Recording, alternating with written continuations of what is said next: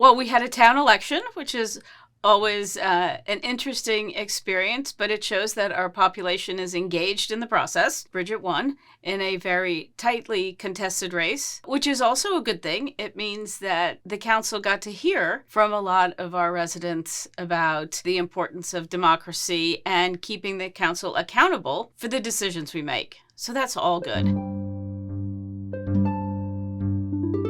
The outgoing president, Maggie Zeidman. Maggie's done an amazing job in her years of service in, managing the council's expectations and the residents' expectations. She's always very fair, and people who like to criticize the council in general don't realize how difficult it is to manage those meetings. Her background as head of nursing and management really gave her the experience to do that. I'm truly sad to be losing Maggie. She's become a really wonderful friend of mine. She's done a great job. We'll miss her, but I'm looking forward to serving with the new council and see where we go. I think it will be a very pragmatic council, using common sense approaches to solve some of our significant issues here.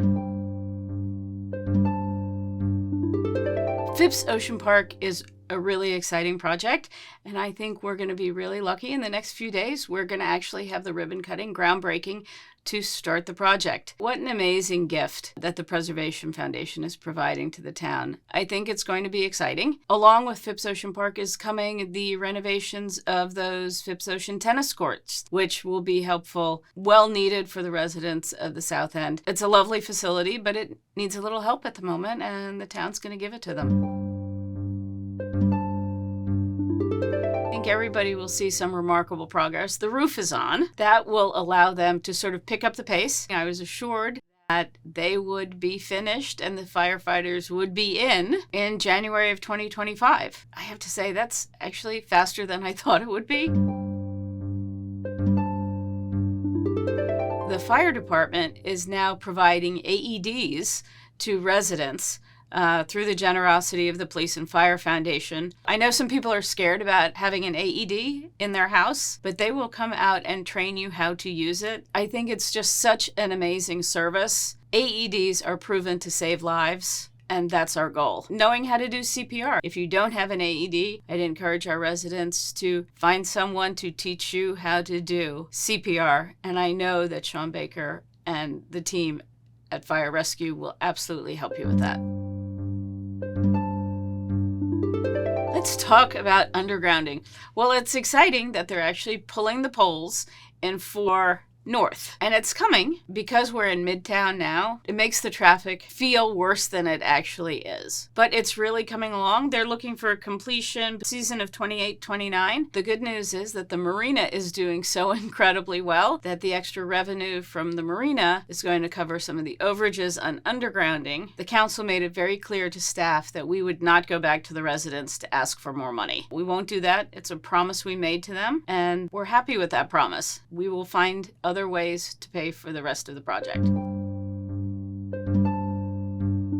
Right now they're seeing undergrounding, but they don't realize all of the other resiliency work that the town is doing. There are several pump stations that are being rebuilt, which sounds innocuous in the long run, except when you realize that the pump stations are sanitary pump stations and they move the sewage out of town. So it's really necessary to make sure that they are up to date and ready to go. And then you have to build them higher because we're also dealing with sea level rise and resilience. So I do have to give a shout out to Kirk, the town manager, and the team he's assembled. He is always straightforward and honest about the problems and is always looking for a wonderful solution. They work incredibly hard to keep our residents safe and happy and meet their expectations. We have a new traffic study, which needed to be tweaked. Didn't provide us the information we needed. So we've sent it back to the Cordino Group for more information and more current information, shall we say. The traffic issue is sort of a multi-pronged problem. There's no way that I think anyone would have anticipated the growth in our population, not only on the island, but certainly in West Palm Beach and the surrounding communities. And we are the closest beach. It's not just construction traffic. It's not just more people. It's not just the bridges. It's an amalgamation of all of those things coming together in a perfect storm. The AI technology will help with the traffic signalization. The keeping the bridges down during that rush hour will also help with that. There's a plan to sort of help construction workers get off the island earlier too. But at the moment, there's just so much traffic. It's really hard to get around in the afternoons on County Road and Sunset and Sunrise. Mr. Crampton and Mrs. Lindsay came up with a 7-point parking program, and we are going to start rolling out at least the metered parking over the summer so everyone gets used to the fact that there will be paid parking on the island of Palm Beach. I think we did a really good job with the residence parking permit, the little pink stickers that you can purchase for the back of your car. And I think the council is really listening. We're listening to the neighborhoods. Everybody knows that our contract with the city of West Palm Beach is up in 2029. So the town has some options. And we've whittled all of the options down to the city of West Palm Beach, which is our current supplier, and Lake Worth Beach. We are working with both of them. Each of them provides a different problems or issues that come with it. The city of West Palm Beach does not yet have the membrane technology that I think our residents demand. Lake Worth Beach does have that availability, but has infrastructure issues that would be very disruptive to the town. So the council is going to have to work long and hard to continue to study the issue and figure out which is the best. And both of those come with a change in the cost structure. They're both going to be very expensive. We're taking it really slowly and methodically. You have to make sure the code review is heard and seen by the residents. If they see it and understand it, it is less frightening. You hear about code reform and then you see traffic and density and everybody gets very anxious about it. And I certainly understand that. I do too. And so does the council. So we're taking it very methodically. And it's coming very, very slowly, piece by piece. But it's important that we get it right. I think one of the things that everybody has to remember is that owners of properties have rights to make changes to their properties. The town's purpose is to make sure those changes are appropriate for our town. They don't increase intensity, density, traffic. There are lots of nuances to a project. When we had the two really large commercial projects come before the council, people got engaged. People who I had never seen at a council meeting were really there to have a conversation and to listen and learn. But I think everybody will come to a compromise that will make everybody equally happily unhappy. Now, wouldn't we like to see a park at Wells Fargo? Wouldn't we love to have a generous resident purchase the property and turn it into a town park? Would be really nice.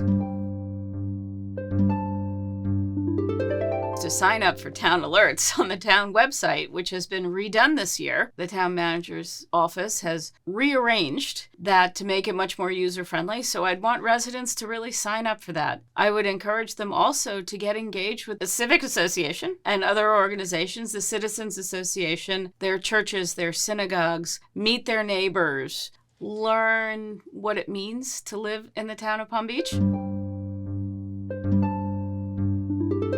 The procurement department is always winning all sorts of awards for Dean and Duke's work there. The marina, what an incredible success it had.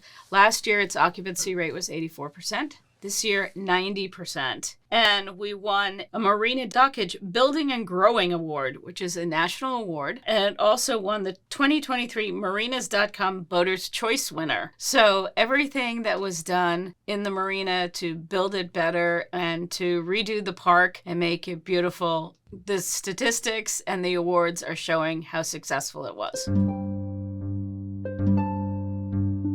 Our residents demand the highest of services. And I think that they expect it, and we intend to give it to them. In order to do that, we have to recruit the best. And in order to recruit the best, we have to be competitive with our other municipalities. The council is working on, and I think we'll come to a resolution soon to make some changes to the benefit package, including their pension, that will allow us to recruit the best of the best. Not only do we need to get them here, we want to keep them here. And it's all part of a package. Jillian and the People and Culture Department really provided us lots of information in the last few meetings that allowed us to see the statistics, because data is important, that will allow the council to make the best decision for recruitment and retention.